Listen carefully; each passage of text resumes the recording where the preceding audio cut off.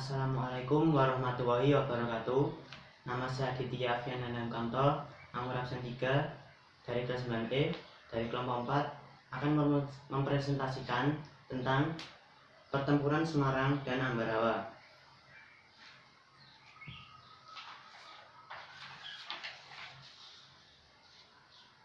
Yang pertama, pertempuran 5 hari di Semarang. Ringkasan materi. Serangkaian pertempuran antara rakyat Indonesia melawan tentara Jepang di Semarang pada masa transisi kekuasaan ke Belanda yang terjadi pada tanggal 15 sampai 19 Oktober 1945.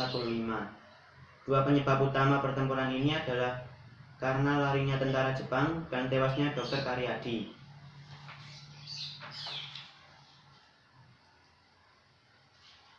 Kronologi pertempuran 5 hari di Semarang. Pada 1 Maret 1942, tentara Jepang mendarat di Pulau Jawa dan 7 hari kemudian, tepatnya 8 Maret 1942, pemerintah kolonial Belanda menyerah tanpa syarat kepada Jepang. Sejak itu, Indonesia diduduki oleh Jepang. Hal pertama yang menyulut kemarahan para pemuda Indonesia adalah ketika pemuda Indonesia memindahkan tawanan Jepang dari Cepiring ke Bulu, dan di tengah jalan mereka kabur dan bergabung dengan pasukan Kido Butai di bawah pimpinan Jenderal Nakamura. Kido Butai terkenal sebagai pasukan yang paling berani, dan untuk maksud mencari perlindungan, mereka bergabung bersama pasukan Kido Butai di Jatingaleh. 3 tahun kemudian, Jepang menyerah tanpa syarat kepada sekutu setelah dijatuhkannya bom atom oleh Amerika Serikat di Hiroshima dan Nagasaki. Peristiwa itu terjadi pada 6 dan 9 Agustus 1945. Mengisi kekosongan tersebut, Indonesia kemudian memproklamirkan kemerdekaannya pada 17 Agustus 1945.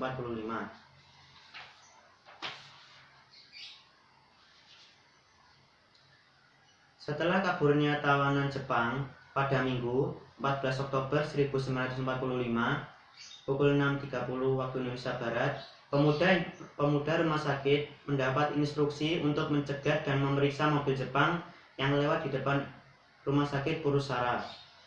Mereka menyita sedan milik Kempetai dan merampas senjata mereka. Sore harinya, para pemuda ikut aktif mencari tentara Jepang dan kemudian menjebloskannya ke penjara Bulu. Sekitar pukul 18.00 waktu Indonesia Barat, pasukan Jepang bersenjata lengkap melancarkan serangan mendadak sekaligus melucuti 8 anggota polisi istimewa yang waktu itu menjaga sumber air minum bagi warga kota Semarang, Reservoir Siranda di Kandilama. Ke-8 anggota polisi istimewa itu disiksa dan dibawa ke markas Kido Butai di Jatingaleh. Sore itu tersiar kabar tentara Jepang menebarkan racun ke dalam reservoir itu. Rakyat pun menjadi gelisah. Cadangan air Candi Desa Wungkal waktu itu adalah satu-satunya sumber mata air di kota Semarang. Sebagai kepala rumah sakit Purusara atau sekarang RSUP Dr. Karyadi, Dr. Karyadi berniat memastikan kabar tersebut. Selepas maghrib, ada telepon dari pimpinan rumah sakit Purusara yang memberitahukan agar Dr. Karyadi, kepala laboratorium Purusara, segera memeriksa reservoir Siranda karena berita Jepang menebarkan racun itu. Dr. Karyadi kemudian dengan cepat memutuskan harus segera pergi ke sana. Suasana sangat berbahaya karena tentara Jepang telah melakukan serangan di beberapa tempat termasuk di jalan menuju ke reservoir Siranda. Istri Dr. Karyadi, Sunarti, mencoba mencegah suaminya pergi mengingat keadaan yang sangat penting itu. Namun, Dr. Karyadi berpendapat lain. Ia harus menyelidiki kebenaran desas-desus itu karena menyangkut nyawa ribuan warga Semarang. Akhirnya, Sunarti tidak bisa berbuat apa-apa.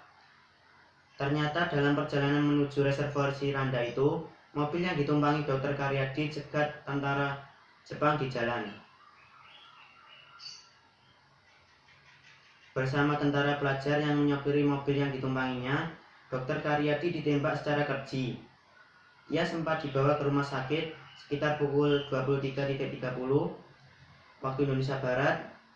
Ketika tiba di kamar bedah, keadaan Dr. Karyadi sudah sangat gawat. nyawa dokter muda itu tidak dapat diselamatkan. Ia gugur dalam usia 40 tahun 1 bulan. Tokoh-tokoh yang terlibat. Yang pertama, Dr. Karyadi. Yang kedua, Mr. Wongsonegoro. Yang ketiga, Maerkido. Yang keempat, Kasman Singodimejo. Yang kelima, Jenderal Nakamura.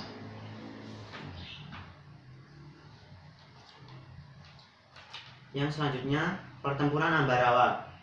Ringkasan materi.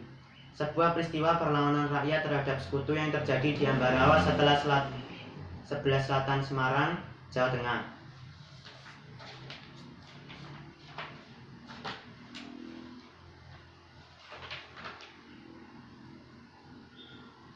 Kronologi peristiwa.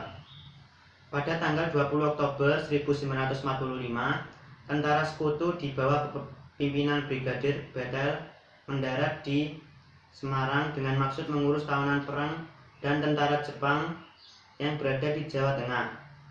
Kedatangan sekutu ini dibonsani oleh NICA. Kedatangan sekutu ini mulanya disambut baik, bahkan Gubernur Jawa Tengah, Mr. Wongsonegoro, menyepakati akan menyediakan bahan makanan dan keperluan lain bagi kelancaran tugas sekutu. Sedang sekutu berjanji tidak akan mengganggu kedaulatan Indonesia.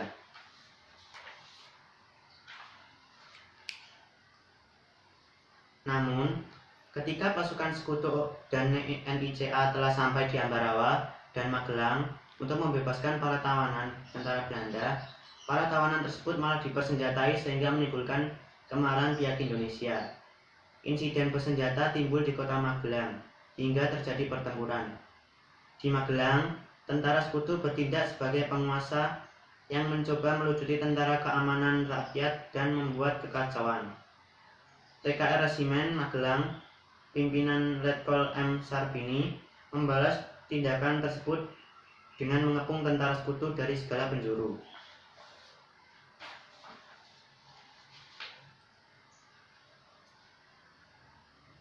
Namun, mereka selamat dari kehancuran berkat campur tangan Presiden Soekarno yang berhasil menenangkan suasana. Kemudian, pasukan sekutu secara diam-diam meninggalkan kota Magelang menuju ke benteng Ambarawa. Akibat peristiwa tersebut, Resimen Kedu Tengah di bawah pimpinan Letkol M. Sarbini segera mengadakan pengejaran terhadap mereka. Gerakan mundur tentara sekutu tertahan di Desa Jambu karena dihadang oleh pasukan angkatan muda di bawah pimpinan Oni Sastrodiyardjo yang diperkuat oleh pasukan gabungan dari Ambarawa, Suruh, dan Surakarta. Tentara sekutu kembali dihadang oleh batalion I Surjosupemeno di Ngipik. Pada saat pengunduran, tentara sekutu mencoba menduduki 2 desa di sekitar Ambarawa.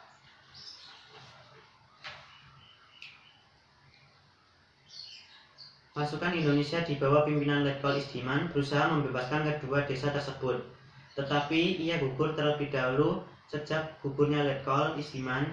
Komandan Divisi 5 Banyumas, Kol Sudirman, merasakan kehilangan seseorang perwira terbaiknya dan ia langsung turun ke lapangan untuk memimpin pertempuran. Kehadiran Kol Sudirman memberikan napas baru kepada pasukan-pasukan RI. Koordinasi diadakan di antara komando-komando sektor dan pengepungan terhadap musuh semakin ketat. Siasat yang diterapkan adalah serangan pendadakan serentak di semua sektor. Bala bantuan terus mengalir dari Yogyakarta, Solo, Salatiga, Purwokerto, Magelang, Semarang, dan lain-lain.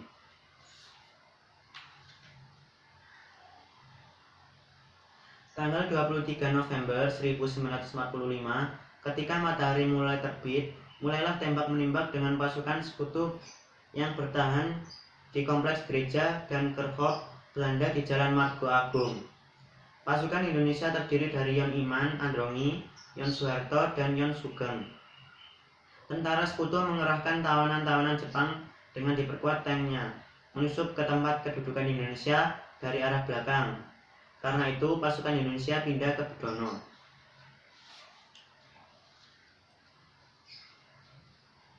Pertempuran Ambarawa. Pada tanggal 11 Desember 1945, Kol Sudirman mengadakan rapat dengan para komandan sektor TKR dan Laskar. Pada tanggal 12 Desember 1945, jam 4.30 pagi, serangan mulai dilancarkan.